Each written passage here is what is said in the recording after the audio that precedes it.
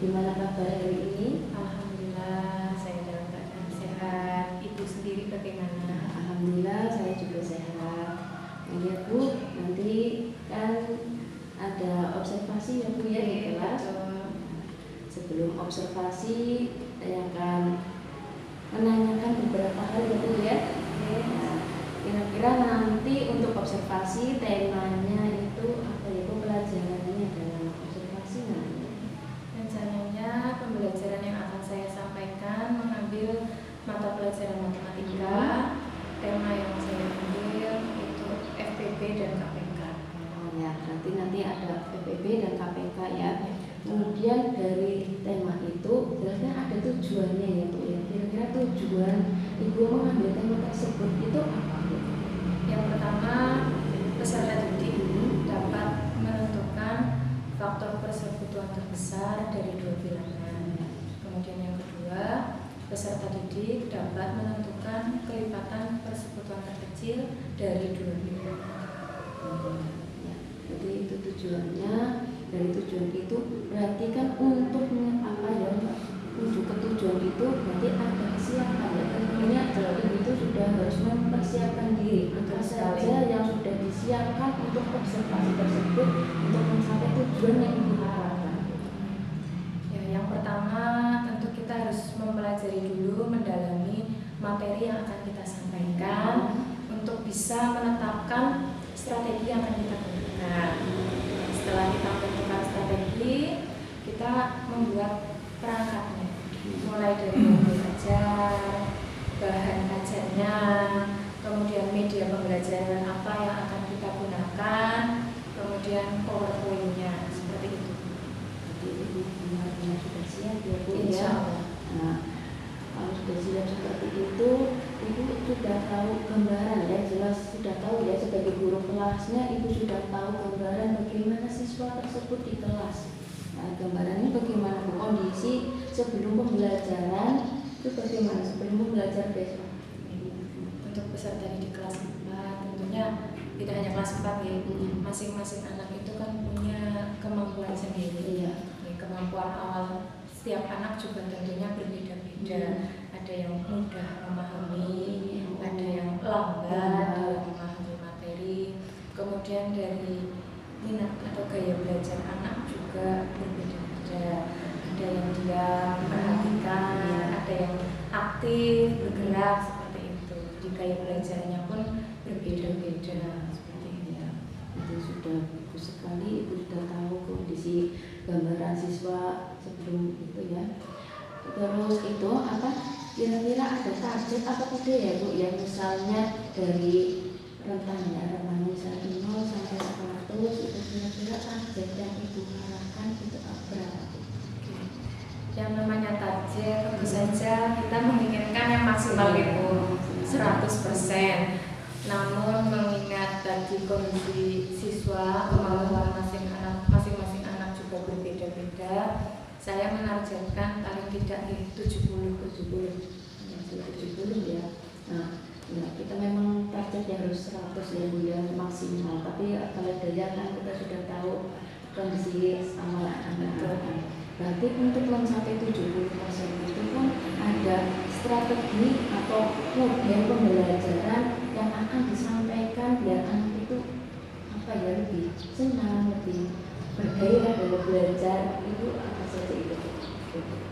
Dalam pembelajaran kali ini saya menerapkan strategi PBL karena menurut saya anak-anak kalau menganalisis permasalahan secara langsung itu juga mungkin melatih daya berpikir anak untuk menganalisis sebuah masalah, kemudian memecahkan sendiri, nantinya akan meninggalkan kesan tersendiri bagi anak-anak. Itu juga mudah untuk dipahami. Kemudian metode yang saya gunakan itu tentunya ada ceramahnya, kemudian diskusi kelompok, kemudian tanya jawab. Itu strategi yang digunakan.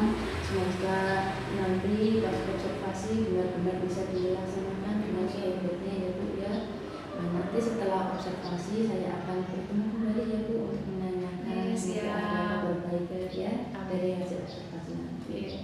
Terima kasih Ibu. Iya, sama-sama Bu.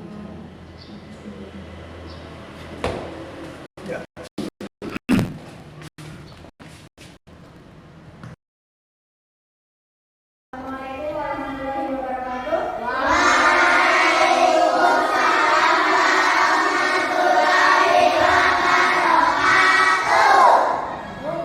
Selamat pagi. Bagaimana keadaan hari ini? Alhamdulillah,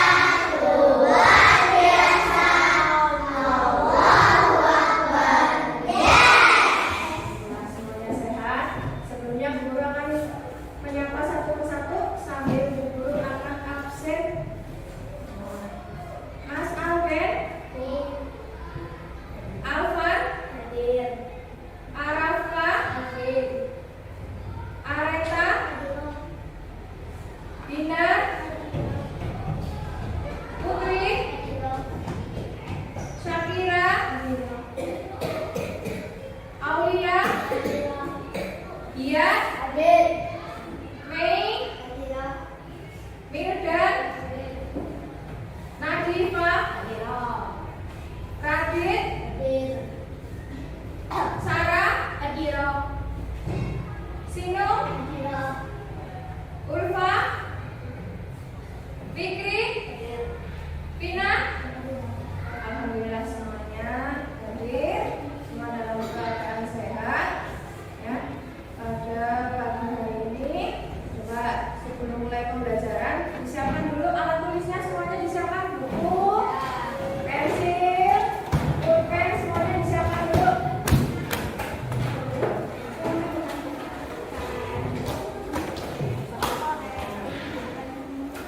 Sudah ya?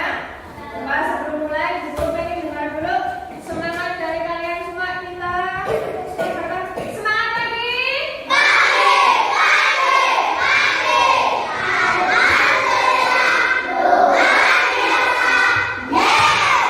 Biar lebih semangat lagi, kita tepuk semangat. Nanti kita lanjut dengan tepuk Banyumas. Siap ya? Tepuk semangat.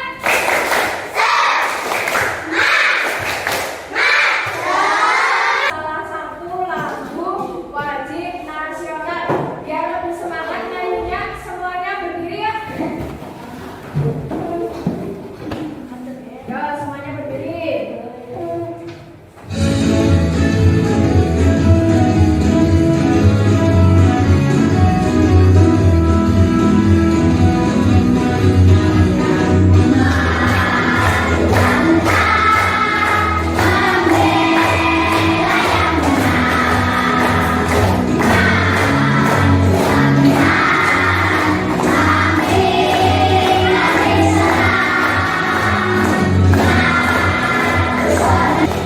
Terima kasih, boleh duduk kembali.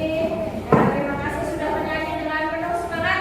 Seperti isi dalam lagu ini ya, judulnya Maju Tak Benar, menggambarkan semangat para pahlawan kita dalam meraih kemerdekaan. Maka dari itu kita harus meniru, ya, meneladani semangat para pahlawan kita. Belajarnya semangat ya. Yang semangat. Semangat! Pada hari ini tujuan pembelajarannya yang pertama yaitu kalian diharapkan dapat menganalisis kelipatan persekutuan terkecil dengan tepat. Kemudian dapat menganalisis faktor persekutuan terbesar dengan tepat. Yang ketiga, peserta dapat menyelesaikan masalah yang berkaitan dengan KPK dalam kehidupan sehari-hari. Dan yang terakhir, kalian dapat menyelesaikan masalah yang berkaitan dengan FPB dalam kehidupan sehari-hari. Nah, apa saja yang akan kita lakukan pada hari ini? Nah, yang pertama nanti kalian akan mengamati ya dari ada video ya yang akan Guru tampilkan, kemudian menyimak, tanya jawab, kemudian mengerjakan LKPD, terus berdiskusi bersama kelompok untuk mengerjakan LKPD, mempresentasikan hasil pekerjaan kalian, kemudian mengerjakan evaluasi, dan yang terakhir kita menyimpulkan bersama-sama pembelajaran yang sudah kita laksanakan. Nah, pada pertemuan kemarin kita sudah belajar apa ya? Menentukan FPP dan KPK. Kemarin kita sudah belajar menentukan FPP dan KPK. Setelah itu ada satu pertanyaan. Tentukan FPP dan KPK dari 18 dan 24. Masih adakah yang ingat bagaimana cara mencari FPP dan KPK? Menggunakan pohon faktor. Betul sekali, menggunakan pohon Faktor. faktor. Nah, ini adalah pohon faktor dari 18 dan ini pohon faktor dari 24. Setelah ini, apa yang harus kita cari? Apa? Faktorisasi prima. Betul, mencari faktorisasi prima. Berarti faktorisasi prima dari 18 berapa? 2 kali 3 kali 3. Ya, betul sekali, 2 kali 3 kali 3. Terus yang satunya faktorisasi prima dari 24? 2 kali 2 kali 2 kali 3. Ya, tepat sekali, 2 kali 2 kali 2 kali 3. Nah, sekarang pertama yang akan kita tentukan adalah FPP. Bagaimana menentukan FPP-nya? Dengan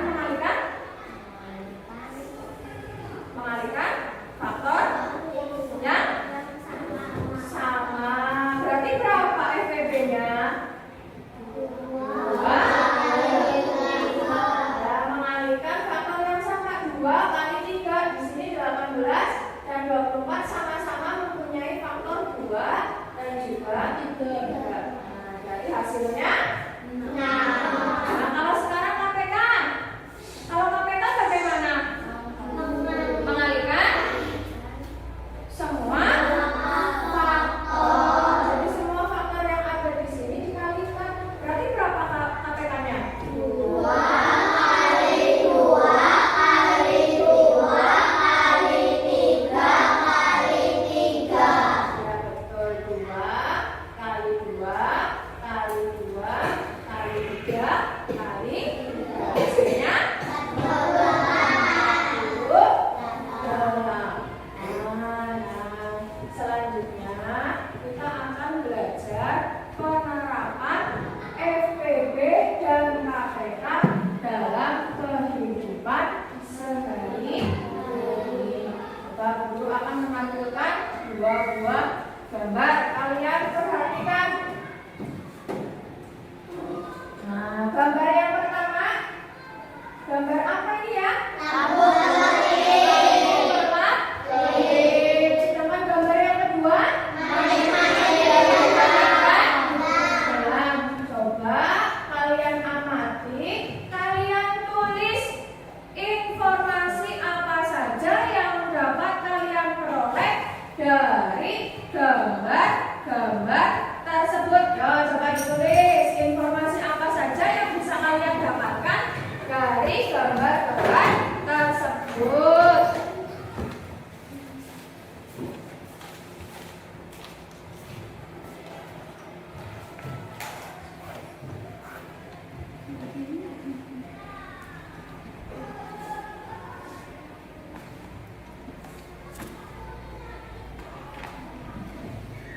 Sudah? Nah, sekarang coba kita cari tahu. Di sini gambar yang pertama. Ya, kemarin Guru sudah memberi tugas kalian membawa drakon dan juga manik. Manik semuanya sudah membawa? Nah, coba disiapkan. Nah, kita akan mencoba menyelesaikan permasalahan-permasalahan tersebut. Nah, dari gambar yang pertama tadi, lampu kerlap-kerlip. Informasi apa saja yang kalian peroleh tadi? Lampu merah menyala setiap 3 detik. Nah, kemudian Lampu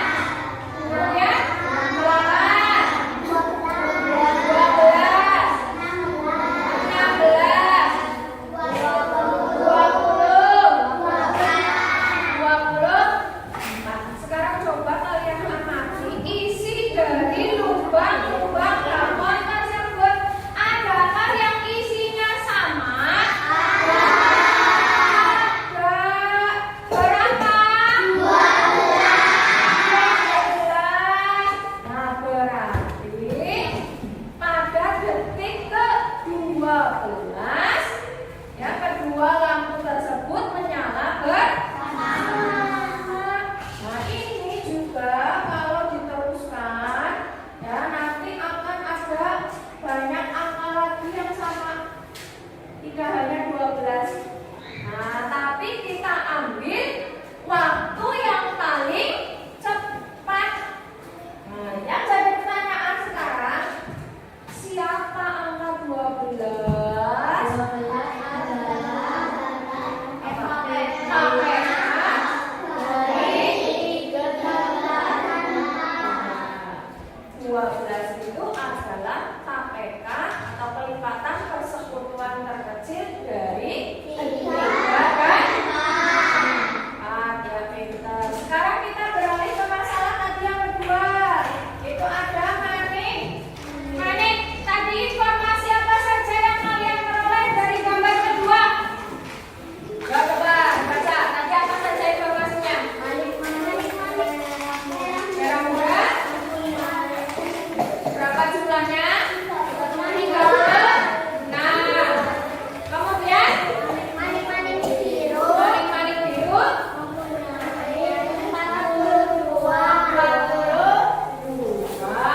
Yang ditanyakan apa tadi?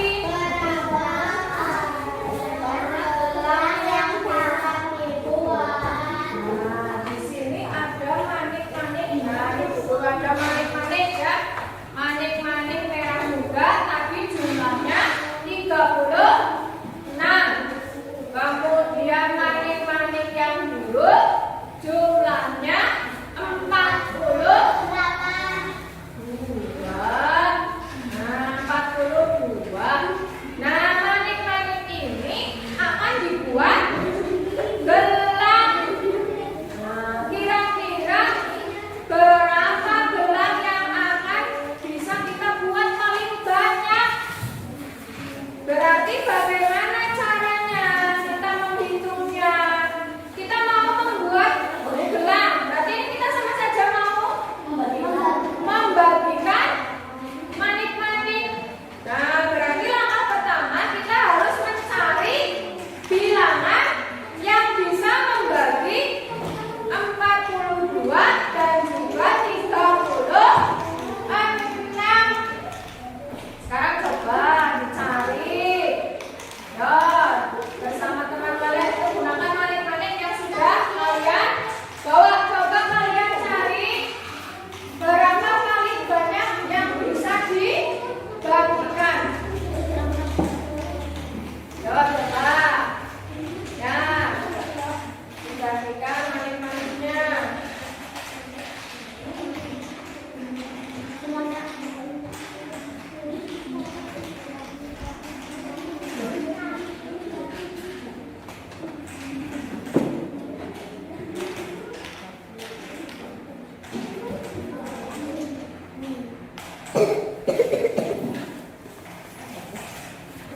Sudah ketemu hasilnya berapa?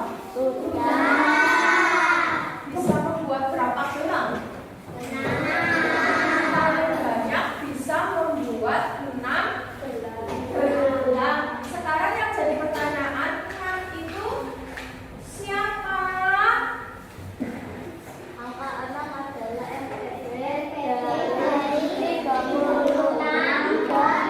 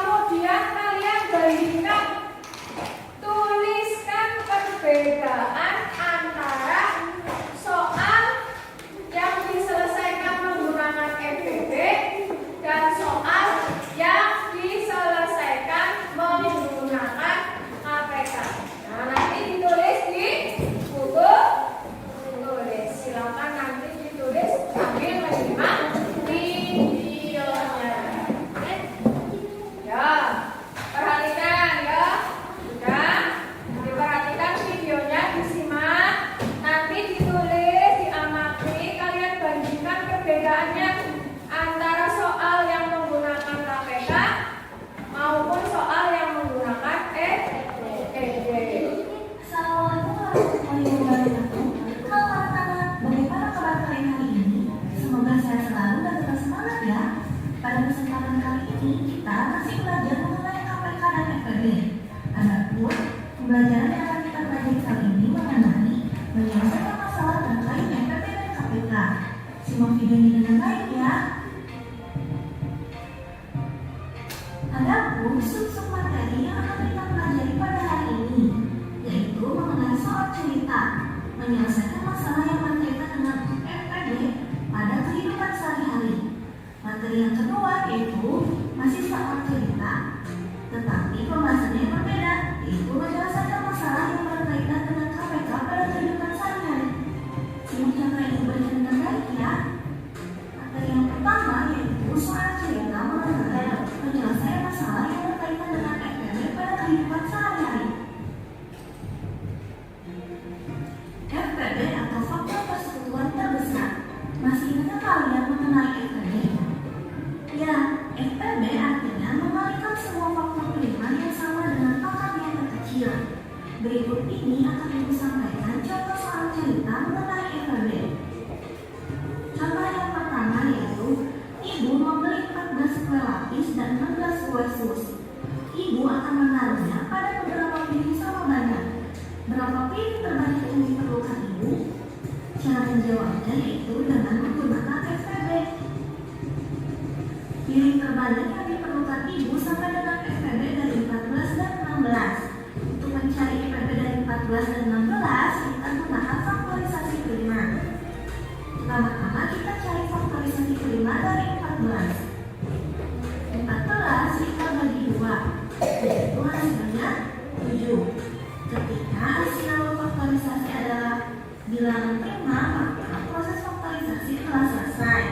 Selanjutnya kita cari faktorisasi dari bilangan 16. 16 kita bagi oleh bilangan prima yang pertama yaitu 2. 16 dibagi 2 sama dengan 8. Kemudian 8 kita bagi kembali dengan bilangan prima yang pertama yaitu 2. 8 dibagi 2 sama dengan 4. 4 kita bagi kembali dengan bilangan prima yang pertama yaitu 2. Hasilnya 4 dibagi 2 adalah 2. Berdasarkan hasil tersebut, maka dapat diketahui bahwa faktorisasi prima dari 14 adalah 2 dikali 7. Sedangkan faktorisasi prima dari 16 adalah 2 dikali 2 dikali 2 dikali 2 sama dengan 2 pangkat 4. Nah, kemudian kita lihat angka yang diberi kotak warna orange, yaitu 2 kali 7 dan 2 pangkat 4. Untuk mencari FPB, kata kuncinya yaitu mengalikan semua faktor prima yang sama. Nah, kita lihat apakah ada faktor prima yang sama atau bilangan yang sama? Ya, yaitu angka 2. Tetapi ada kata kunci yang lain, yaitu semua faktor prima yang sama dengan pangkat yang terkecil. Manakah pangkat yang terkecil? Ya, pangkat yang terkecil adalah 2. Maka ketahui FPB dari 14 dan 16 adalah 2. Jadi ibu memerlukan 2 piring. Bagaimana anak-anak? Sudah bisa memahami? Soal cerita menyelesaikan masalah yang berkaitan dengan KPK pada kehidupan sehari-hari. Simak contoh soal yang diberikan. Masih ingat kalian mengenai KPK atau kelipatan persekutuan terkecil?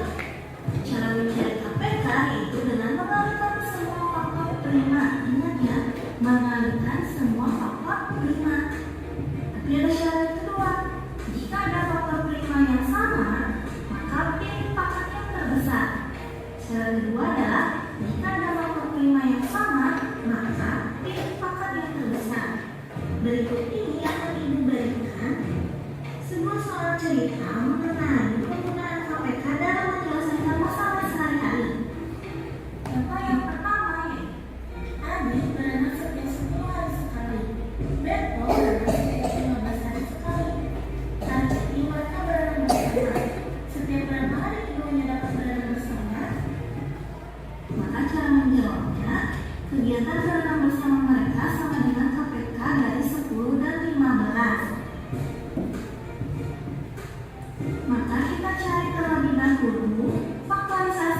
bilangan 10 dan juga 15. Pertama-tama kita cari terlebih dahulu faktorisasi dari bilangan 10. 10 kita bagi oleh bilangan prima yang pertama, yaitu 2. 10 dibagi 2 hasilnya adalah 5. Ketika hasilnya merupakan bilangan prima, maka proses faktorisasi telah selesai. Selanjutnya, kita akan mencari faktorisasi dari bilangan 15. Kita bagi bilangan 15 dengan bilangan prima yang pertama. Apakah bisa 15 dibagi 2? Jawabannya tidak. Maka kita bagi 15 ini dengan bilangan prima selanjutnya, yaitu 3. 15 dibagi 3 hasilnya 5. Jika hasilnya merupakan bilangan prima, maka proses faktorisasi telah selesai. Berdasarkan proses tersebut, maka dapat diketahui bahwa faktorisasi dari bilangan 10 adalah 2 dikali 5, sedangkan faktorisasi dari bilangan 15 adalah 3 dikali 5. Ingat ya anak-anak, untuk mencari KPK itu menggunakan semua faktor prima. Artinya, kita minta faktor terlebih dahulu faktor prima dari masing-masing bilangan, 2 kali 5 dan 3 kali 5. Nah, berdasarkan tersebut, maka kalian dapat mengetahui bahwa bilangan prima yang muncul itu angka 2, 3, dan 5. Tetapi angka 5 ada 2.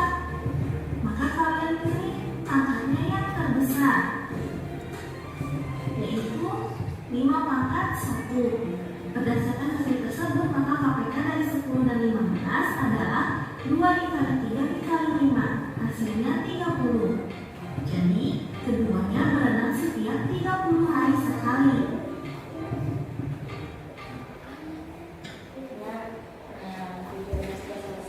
Tadi sudah ditulis ya? Pengamatannya sudah ditulis semua? Adakah yang mau bertanya? Merasa bingung? Bisa ya, membedakan ya, mana yang menggunakan FPP, mana yang menggunakan KPK. Nah, kalau tidak ada yang mau ditanyakan, nah sekarang ayo kita mencoba. Coba kalian mengerjakan soal yang ada di bahan ajar. Tadi ya, coba bahan ajarnya dilihat. Coba di situ ada 2 soal. Ya, coba dikerjakan.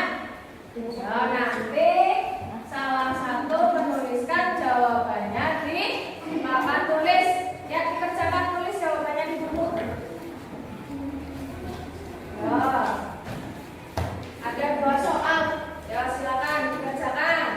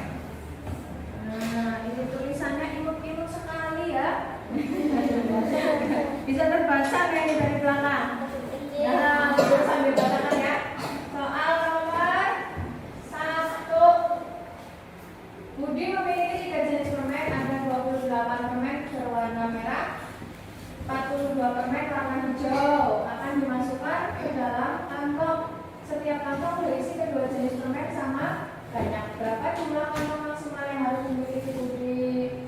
Nah, di sini Mbak Reta menuliskan pohon faktor dari 28 dan 42. Faktorisasi primanya. Nah, 28 faktorisasi 28 faktorisasi primanya 2 kali 2 kali 7. Yang 42 2 kali 3 kali 7. FPB-nya, nah di sini Mbak Reta jawabnya menggunakan FPB. Nah, ketemunya FPB-nya yaitu 2 kali 7 14. Nah, ya tepat sekali. Nah, karena di sini permen akan dikelompokkan, maka penyelesaiannya adalah menggunakan FPB. Ya, jawaban Mbak Areta tepat sekali 14 ya. Tepuk tangan dulu buat Mbak Areta. Sebagai imbalannya Bu Guru mau kasih hadiah. Ya, selamat buat Mbak Areta. Ya, soal yang kedua. Di sebuah halaman gedung terdapat lampu merah menyala 15 detik, lampu biru menyala 20 detik. Jika awalnya semua lampu dinyalakan bersama, setiap berapa detik lampu menyala bersamaan? Nah, di sini tadi Mbak Mei yang menjawab. Nah, mencari faktorisasi prima dulu. 15 faktorisasi primanya 3 kali 5 20. Faktorisasi primanya 2 kali 2 kali 5. Di sini Mbak Mei mencarinya menggunakan KPK. Nah, di sini KPK-nya Mbak Mei menuliskan KPK-nya adalah 2 kali 2 kali 3 kali 5. Ketemunya 60 hasilnya. Nah, tepat sekali ya. Karena lampu menyala bersama. Kemudian di sini ada kata kuncinya. Kata kuncinya apa? Setiap. Berarti soal ini diselesaikan menggunakan APK. Tadi ketemunya 60. Yang tepat sekali jawaban dari Mbak Mei. Tepuk tangan dulu dong Mbak Mei. Hadiahnya. Nah, terima kasih sama-sama. Nah, untuk kegiatan selanjutnya kita akan berdiskusi.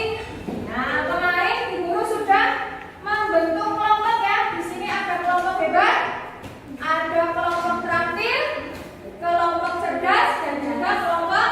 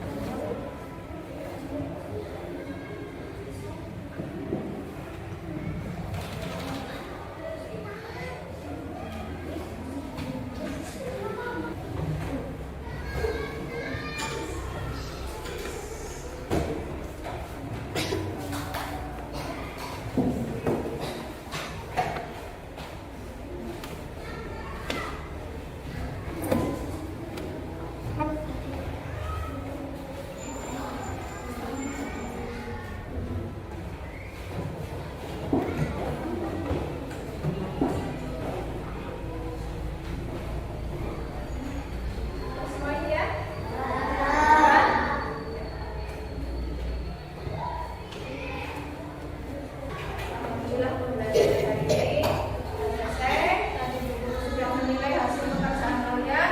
Semuanya hasilnya bagus, semuanya memenuhi KKM, jadi tidak ada yang remedi. Nah, untuk pembelajaran besok, pertemuan berikutnya, kita akan belajar materi baru, yaitu materi tentang pembulatan. Nah, sebelum kita tutup pembelajaran hari ini, ya kita berdoa terlebih dahulu. Mudah-mudahan pembelajaran yang sudah kita lakukan bermanfaat bagi kita dalam kehidupan sehari-hari. Nah, semuanya anak tulis semua disiapkan dulu di kelas ya. Nanti kita berdoa. Alat tulisnya semua ke kelas dulu dimasukkan.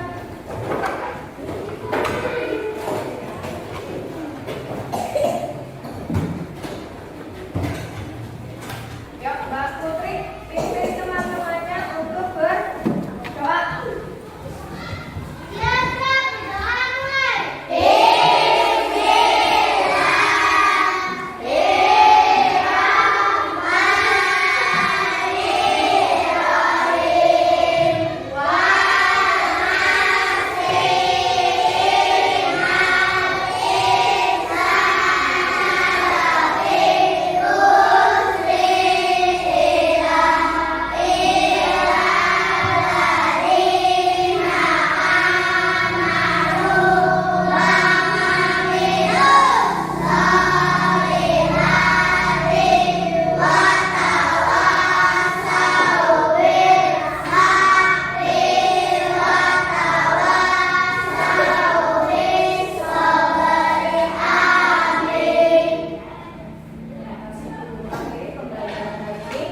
Wassalamualaikum warahmatullahi wabarakatuh.